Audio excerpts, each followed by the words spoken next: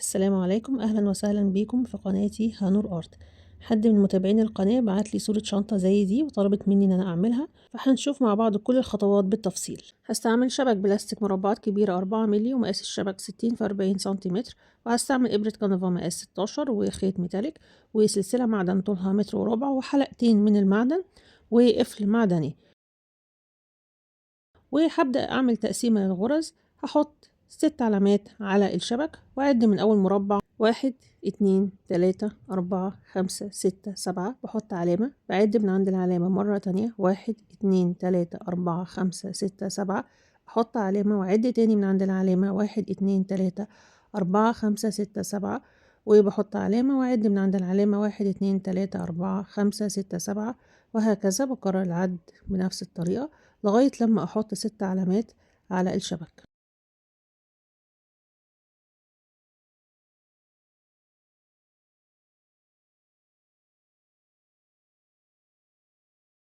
من الصف اللي حطيت فيه العلامات هقيس 28.5 سنتيمتر، بعد كده بحط علامة وأبدأ أقص بعد العلامة من الناحيتين.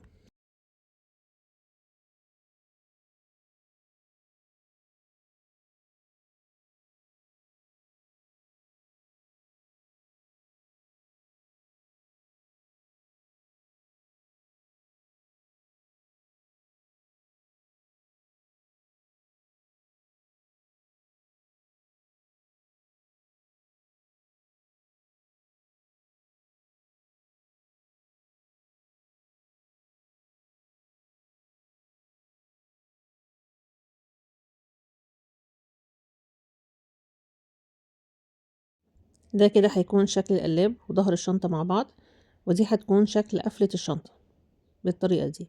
هبدأ أحدد ارتفاع الجوانب، فحددت علامة وهيكون ارتفاع الجوانب 15.2 سنتيمتر. كل المقاسات هوضحها بالتفصيل بعد كده.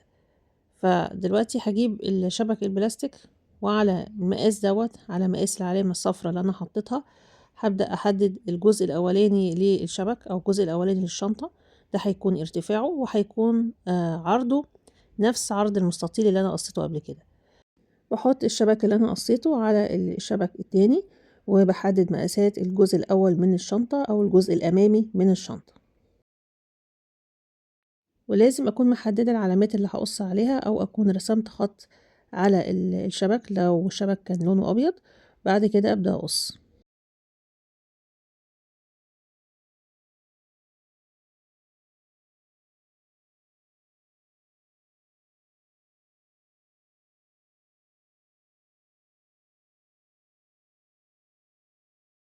قصيت الشبك والقطعة دي دلوقتي طولها هو نفس عرض المستطيل اللي أنا قصيته قبل كده، وده الارتفاع اللي حددناه، ارتفاع الجوانب 15.2 سنتيمتر. دلوقتي أنا هحدد عمق الشنطة أو عرض الجوانب. هعد كام مربع؟ هعد 7 مربعات. عديت 7 مربعات، حطيت علامة، هبدأ أقص بعد العلامة. والارتفاع احنا قلناه ارتفاع الجوانب. وبالنسبة لقاعدة الشنطة اللي أنا دلوقتي بقصها، فهيكون طولها قد عرض المستطيل الكبير اللي أنا قصيته في الأول، وطولها كمان بيساوي طول المستطيل الصغير. فأنا بحط الشبكة عليه بالطريقة ديت وبشوف المقاس بالظبط هيكون قد ايه. بعد كده بحدد علامة وابدأ أقص.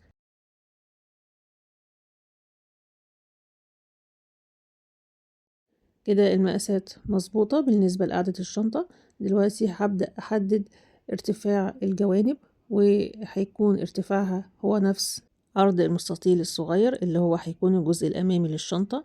وبحدد العرض بتاعها هيكون 7 مربعات، وابدأ أقص بعدها. هقص قطعتين متساويتين قد بعض بالظبط، وكل المقاسات وعدد المربعات هوضحها بعد ما أخلص القص.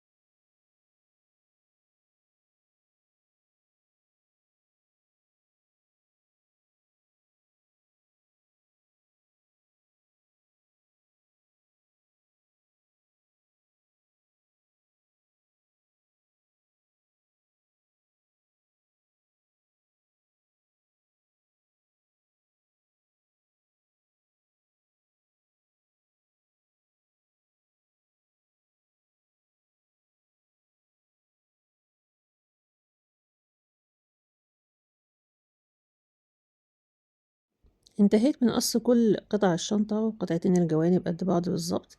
قبل ما اشتغل في الغرز بجيب شبك البلاستيك وبقص الزوايد البلاستيك الموجودة في الأطراف لغاية ما تتساوى كل الأطراف وتكون كلها زي بعض في كل أجزاء الشنطة.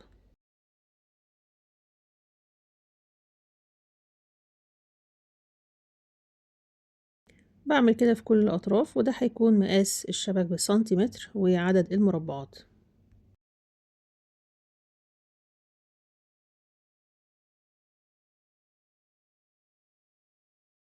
هستعمل خيط ميتاليك، والخيط الميتاليك ده موجود في محلات الخيوط والكروشيه وفي منه أنواع كتيرة. هقص من الخيط حوالي نص متر وأدخل طرف الخيط في الإبرة. بعد كده بدخل إبرة في أول مربع عندي موجود في الزاوية وبسحب الخيط. بسحب الخيط وبحافظ على إن الخيط يكون مبروم طول ما أنا بشتغل في الغرز. يعني أول ما أسحبه كده أروح لفة الخيط وبرماه، وبعد ما برومه بشد الخيط وبحتفظ بجزء من طرف الخيط من ظهر البلاستيك وافضل ماسكاه بايدي. ده الشكل اللي انا بلف عليه الخيط وهمسكه من الناحية التانية. بعد كده بدخل ابرة في اول مربع موجود فيه العلامة واشد الخيط وابرمه.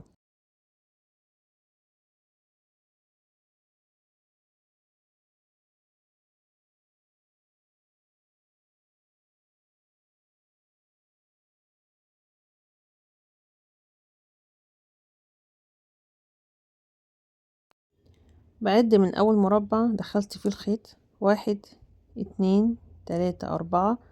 المربع رقم 4 في الصف التاني بسحب منه الخيط وبثبت طرف الخيط اللي موجود في البداية بإيدي واشده علشان يدخل ما بين الغرز. أعد من أول مربع دخلت فيه الخيط، 1 2 3 4 5 6 7 واسحب الخيط. فكده عملت غرزة تانية على 7 مربعات والخيط مبروم. هرجع لأول علامة حطيتها في البداية، هدخل فيها الإبرة واسحب الخيط وابرمه بالشكل ده.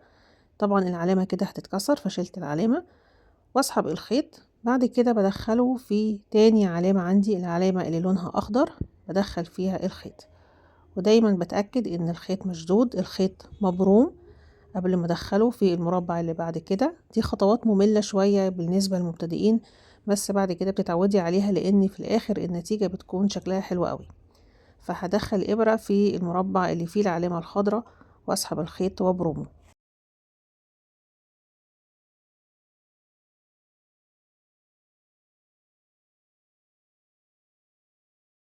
هدخل الإبرة في آخر مربع انتهت فيه الغرزة اللي موجودة في الصف التاني واسحب الخيط.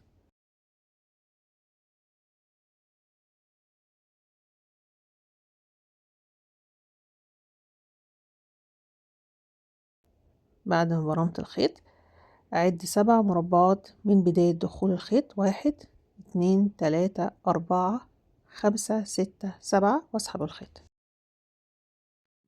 برجع لمربع العلامة الخضراء بدخل الإبرة واسحب الخيط، وهدخل الإبرة في مربع العلامة الزرقاء بالشكل ده واسحب الخيط وابرمه.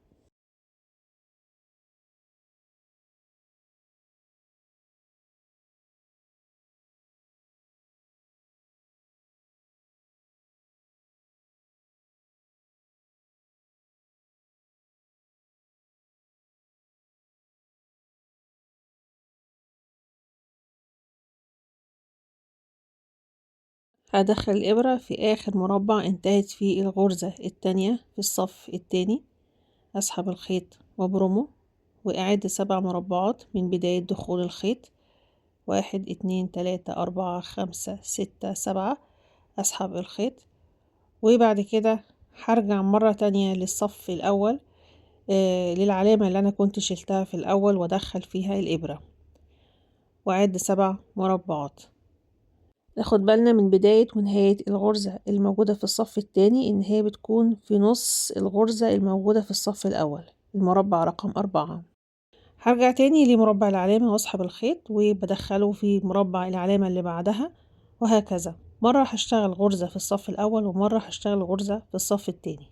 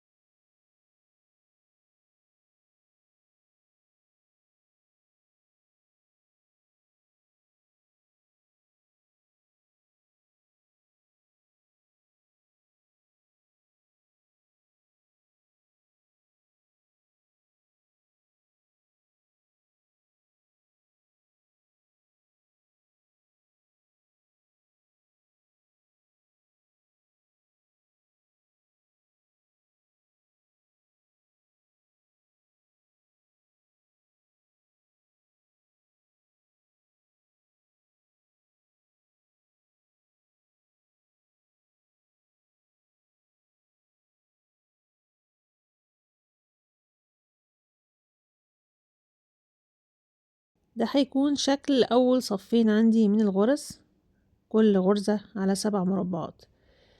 وصلت لنهاية الصف التاني بسحب الخيط من آخر مربع انتهت فيه الغرزة الأخيرة وابرم الخيط وأدخل الإبرة في آخر مربع موجود عندي في الصف التاني، ودول كده لو عديناهم هنلاقي إن هما 4 مربعات.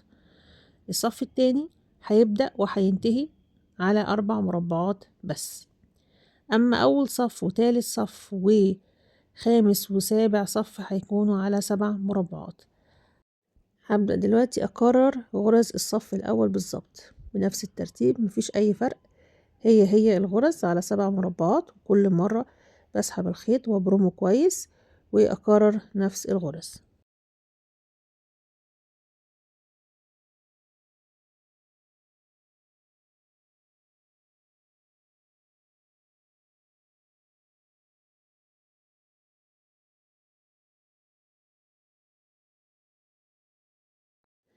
بدل ما أكمل الغرز بالعرض هكمل الغرز بالطول، مرة على 4 ومرة على 7 مربعات. في حاجتين بحافظ عليهم طول ما أنا بشتغل في الغرز، ودي ملحوظة مهمة، إن يكون في فراغ ما بين كل غرزة والتانية، يكون الخيط مشدود في الاتجاهات دي. الحاجة التانية إن أنا لو مشيت صف صف بالعرض فأنا ههدر من الخيط، والخيط هيكون باين في الفراغات اللي موجودة بين الغرز. فالفراغات الموجودة بين كل غرزة والتانية لازم تكون واضحة، مغطاهاش بالخيط من ظهر البلاستيك. دي حاجة أنا بخلي بالي منها طول ما أنا بشتغل.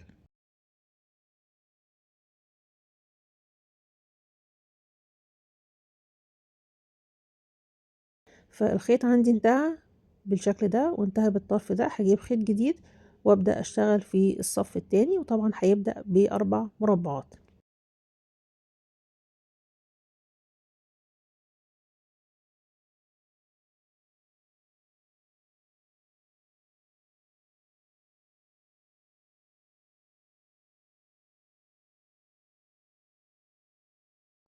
هبدأ اشتغل في الصف التالت، والصف التالت هيكون زي الصف الاول بالظبط، نفس ترتيب الغرز، بعد ال7 مربعات واسحب الخيط. ونخلي بالنا دي كانت صفوف العلامات اللي احنا بدأنا بيها، فهنكمل عليها باقي الصفوف. هبدأ دلوقتي في الصف الرابع، هيبدأ من رابع مربع موجود في الصف واسحب الخيط على 7 مربعات. في نفس صف المربع ده بسيب مربع وبعد كده واسحب الخيط، يبقى الصف التاني والصف الرابع هيكونوا زي بعض، والصف الأول والتالت هيكونوا زي بعض. مرة أبدأ ب7 مربعات ومرة أبدأ ب4 مربعات، بس الغرزة نفسها ثابتة، الغرزة الأساسية معايا على 7 مربعات. هكمل بالطريقة اللي تعجبني، المهم ان انا في الاخر يعني يديني في النهاية ان الغرز تكون شكلها مبروم في مسافات وفراغات باينة ما بين كل غرزة والتانية، وما يكونش فيه هدر في الخيط. وهوضح بعد كده نمط الغرز.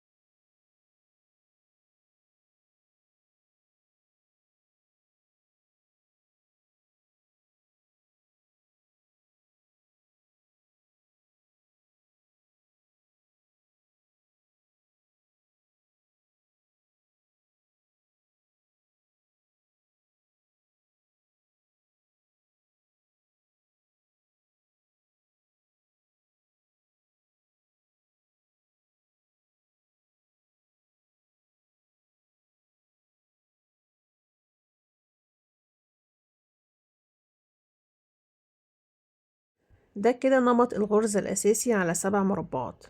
لما أبدأ في الصف اللي بعده ببدأ من المربع رقم 4، يبقى المربع رقم 4 ده هو بداية دخول الخيط من الناحيتين.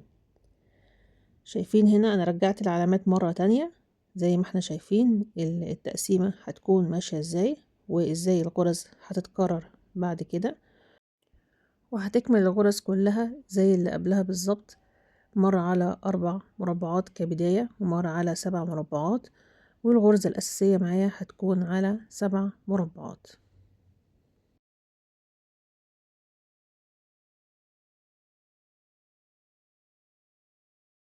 طرف الخيط المتبقي هسحبه تحت ما بين الغرز، وارجع اكمل الغرز اللي انا اشتغلتها من الناحية التانية.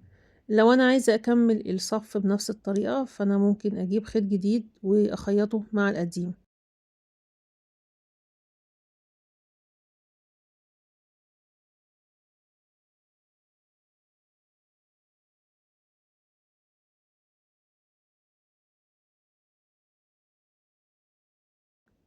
ده هيكون شكل الغرز بعد ما اكتملت وبدأت وانتهت بنفس الطريقة.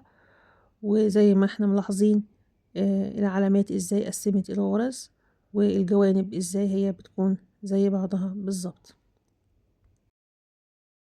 الجزء التاني من الشبك عملت فيه نفس الغرز بنفس الترتيب، وده الجزء الأمامي للشنطة، وقاعدة الشنطة عملت فيها كمان نفس الغرز. التلات قطع نفس الغرز بالظبط، مفيش فرق بينهم. لما بحط القطع مع بعض بنفس الترتيب بلاحظ ان الغرز ماشية بنفس الترتيب، مفيش اي فرق.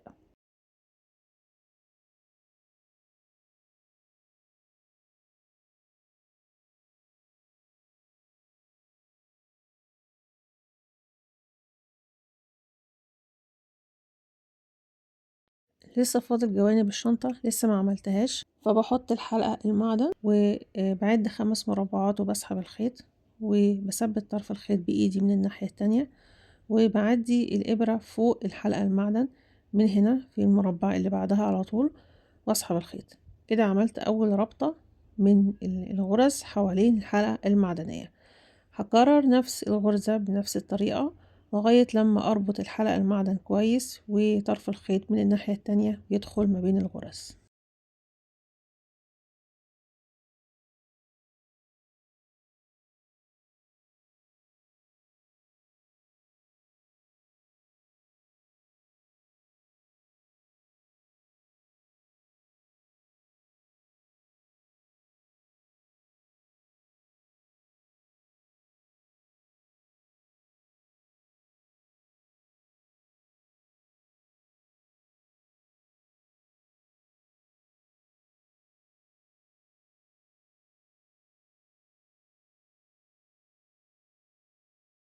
هسيب الصف اللي دخلت فيه غرز الربط واسحب الخيط من المربع الموجود في نهاية الصف، وده هيكون عددهم 7 مربعات.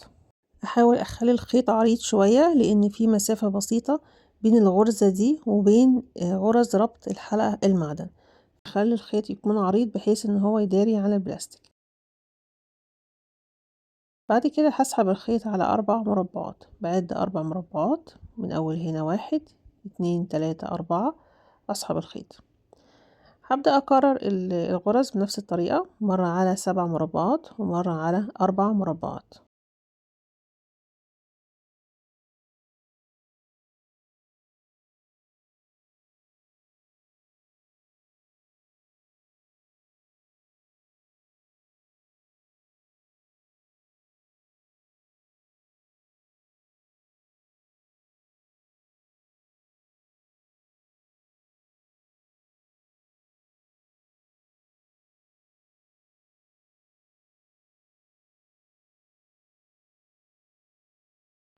الخيط لما انتهى بقص الطرف البهتان من الخيط بسبب الإبرة، فبقصه. بعد كده بجيب خيط جديد وبجيب إبرة وخيط ملابس وبخيط الخيطين مع بعض.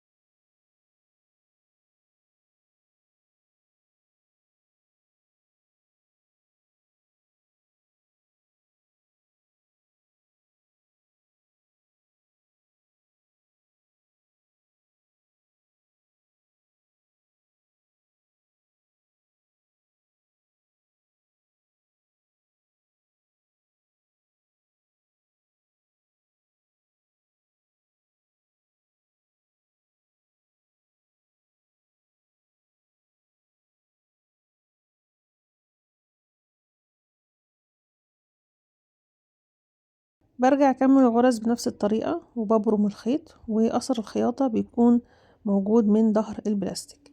بكمل الغرز بنفس الترتيب، مرة على 7 ومرة على 4، بس اخر غرزة هغير اتجاهها. اخر غرزة هتكون موجودة في الصف هخليها من الناحية التانية، والسبب ان انا عايزة احافظ على الفراغات اللي هي بتكون موجودة بين الغرز اللي احنا اتكلمنا عنها قبل كده.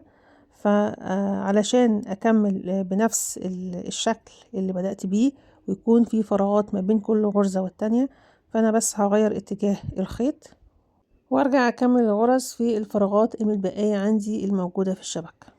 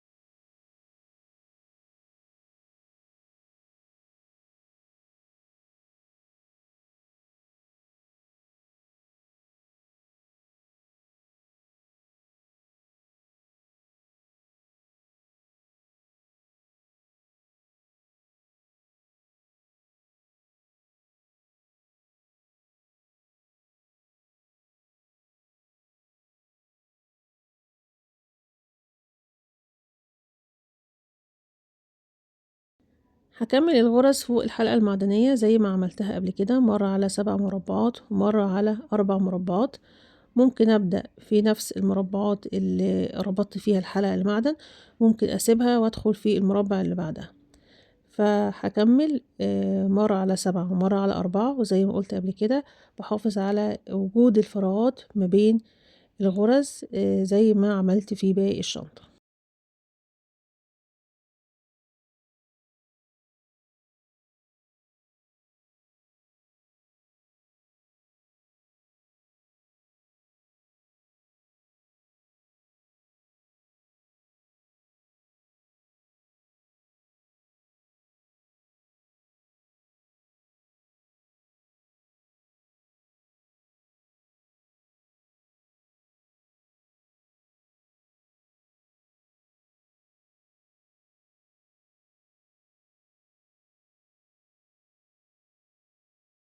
هعمل غرز على أطراف البلاستيك، بدخل إبرة في أول مربع موجود عندي في الزاوية، بعد كده بسحب الخيط وبلفه حوالين البلاستيك وأدخل إبرة في المربع اللي بعديه، وهكذا بعمل بس غرز على أطراف البلاستيك في الجزء ده بس، في الجزء اللي موجود فوق الحلقة المعدن.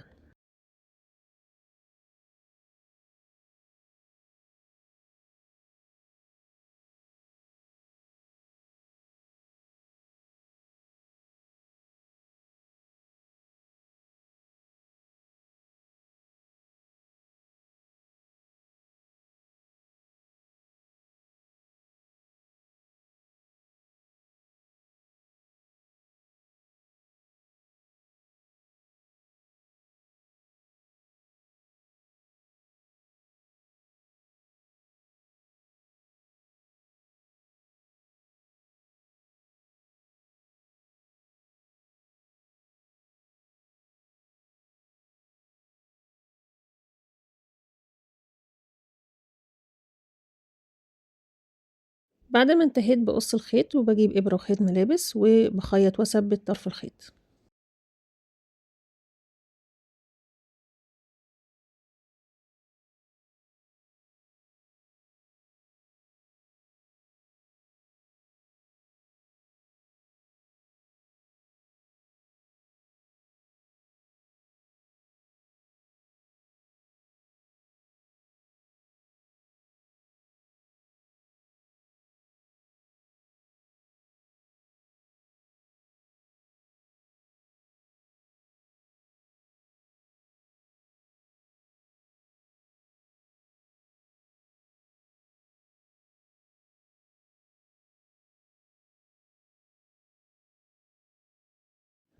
وده هيكون شكل الجنب التاني للشنطة، الاتنين زي بعض بالظبط بنفس الغرز.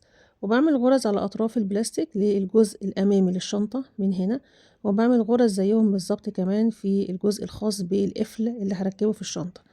ممكن أكمل الغرز دلوقتي، ممكن أأجلها بعدين.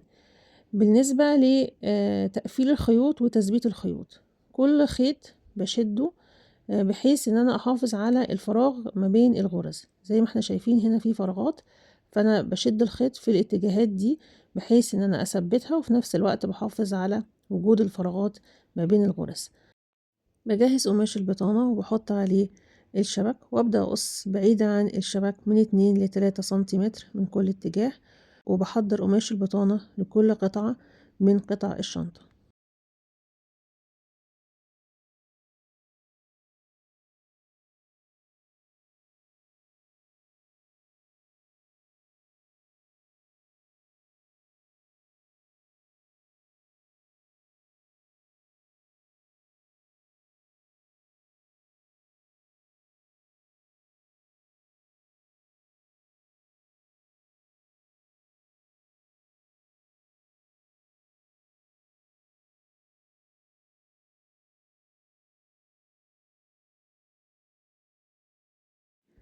بتني أطراف القماش من كل زاوية بالطريقة دي، وبجيب مشبك أو دبوس وأبدأ أثبت أطراف القماش على الشبك، وبكرر نفس الخطوات ديت في كل قطعة من قطع البطانة. بشد القماش كويس وأثبته بالطريقة دي.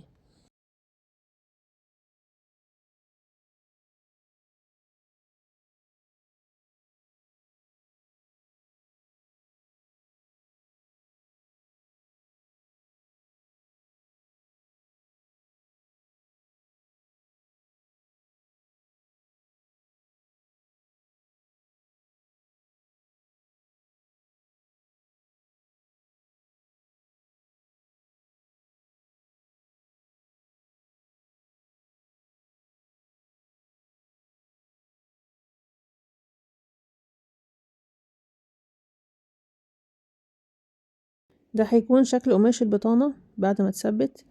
بعد كده هجيب إبرة وخيط ملابس يكون نفس لون قماش البطانة، وأبدأ أخيط قماش البطانة مع الخيط الميتاليك أو خيط الجلد الصناعي، وبحافظ على إن الخيط يكون مش باين قدر الإمكان.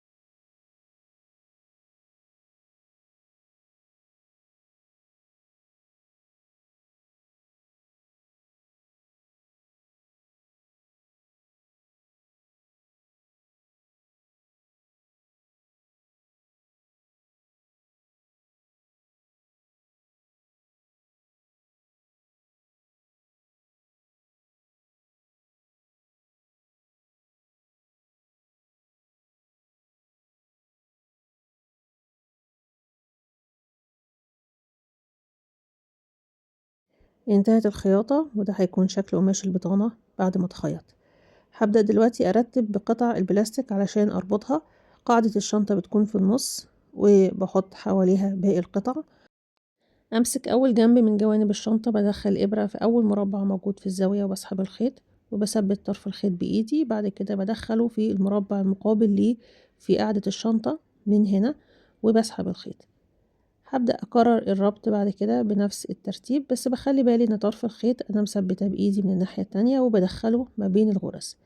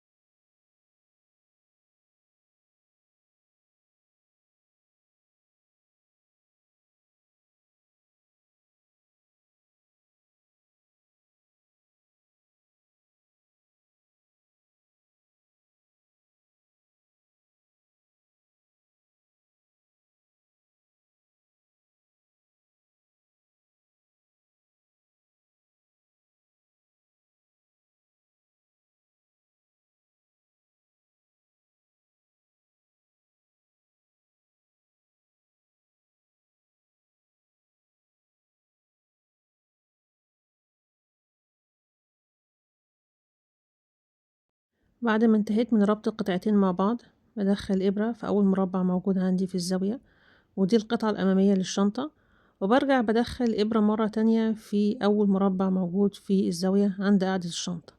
هنا بخلي بالي بسحب الخيط بحرص علشان ما اقطعش الشبك. بعد كده بشد الخيط وبدخل إبرة في المربع اللي بعديه واكمل الربط زي ما عملت قبل كده.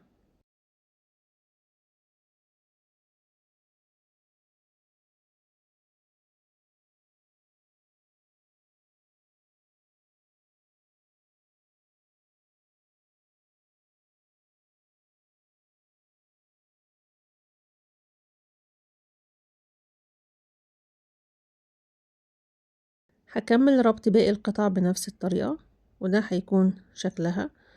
الأساس في الربط هو قاعدة الشنطة. أربط قاعدة الشنطة مع باقي الأجزاء كلها بالطريقة ديت. الخطوة اللي بعدها هي إن أنا هربط الجوانب مع بعض. بطول الخيط لو أنا هكمل الغرز على أطراف البلاستيك في الجزء الخاص بتركيب القفل. لو الجزء التاني اللي هو الجزء الداخلي فبيكون الخيط قصير. بدخل الإبرة في أول مربع موجود عندي في الزاوية، والمربع ده دخلت فيه الخيط قبل كده. المربع ده بسحب الخيط بلطف وبخلي بالي ان الشبك ما يتقطعش. بعد كده بدخله في المربع المقابل ليه في الزاوية. المربع ده شايفين برضو المربع ده دخل فيه الخيط قبل كده، فبسحب الخيط بلطف وبحذر علشان ما اقطعش الشبك، وبكمل الربط بعد كده بنفس الطريقة في باقي المربعات.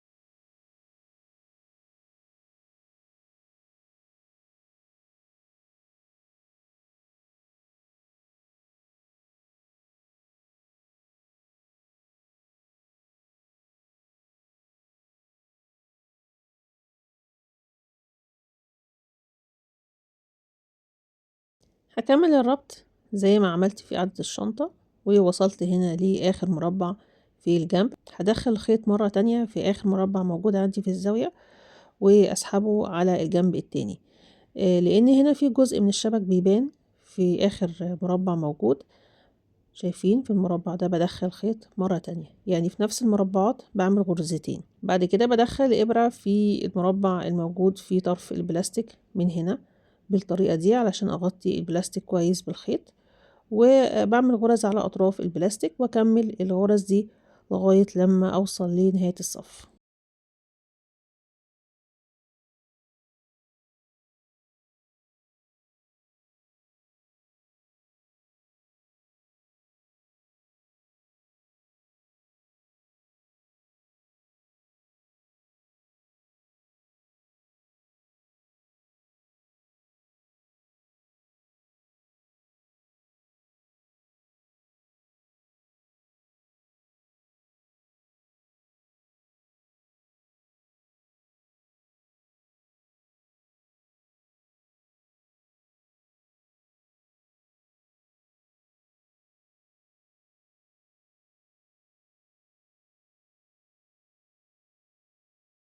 وصلت المربع الموجود في الزاوية، فبدخل فيه الخيط مرة تانية علشان ما يبانش البلاستيك. بعد كده برجع أكمل الغرز على أطراف البلاستيك لغاية لما أوصل لنص الشبك بالظبط.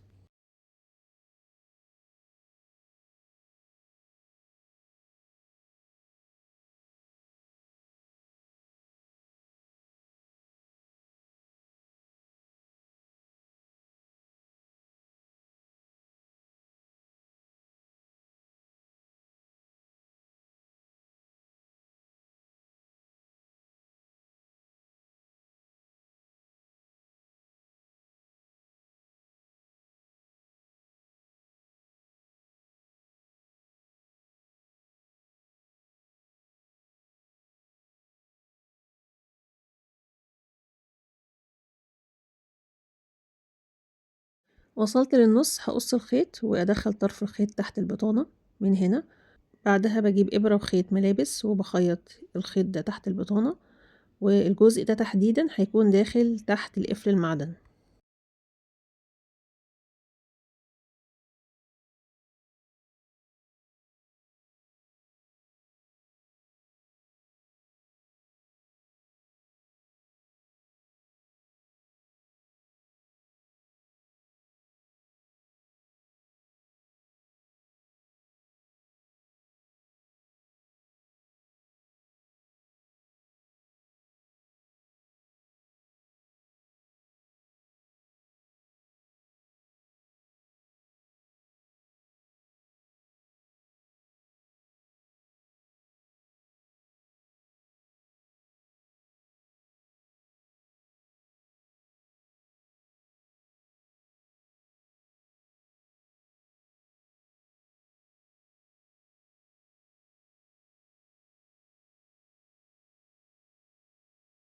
لقيت ان القفل هنا ضيق مش بيدخل كويس، فبوسعه بالبنزة وبحدد مكان في نص الشبك بالظبط، وبدخل فيه القفل واثبته كويس. لازم احدد نص الشبك. بضغط عليه ازاي؟ مش هستعمل البنزة مباشرة، لا، هجيب قماشة او خيط واغطي القفل واقفل عليه بالشكل ده من الناحيتين واثبته كويس، وحافظ على القفل ان ما يحصلش فيه اي خربشة.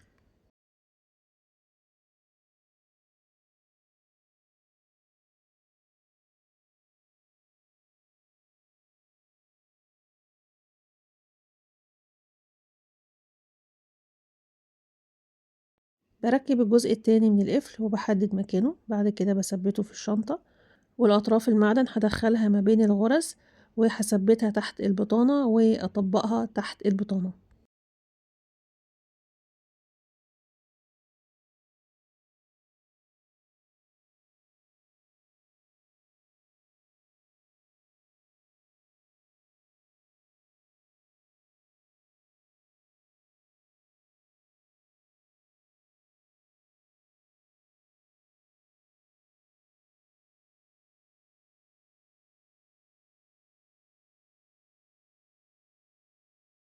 هاجيب السلسلة المعدن وهادخّلها ما بين الحلقتين، بعد كده هاقفلهم مع بعض، حسب المتاح عندي سلسلة معدن أو حزام ممكن أركّبهم بأكتر من طريقة، دي حاجة ترجع لذوقِك وترجع لاختيارِك والمتاح عندِك.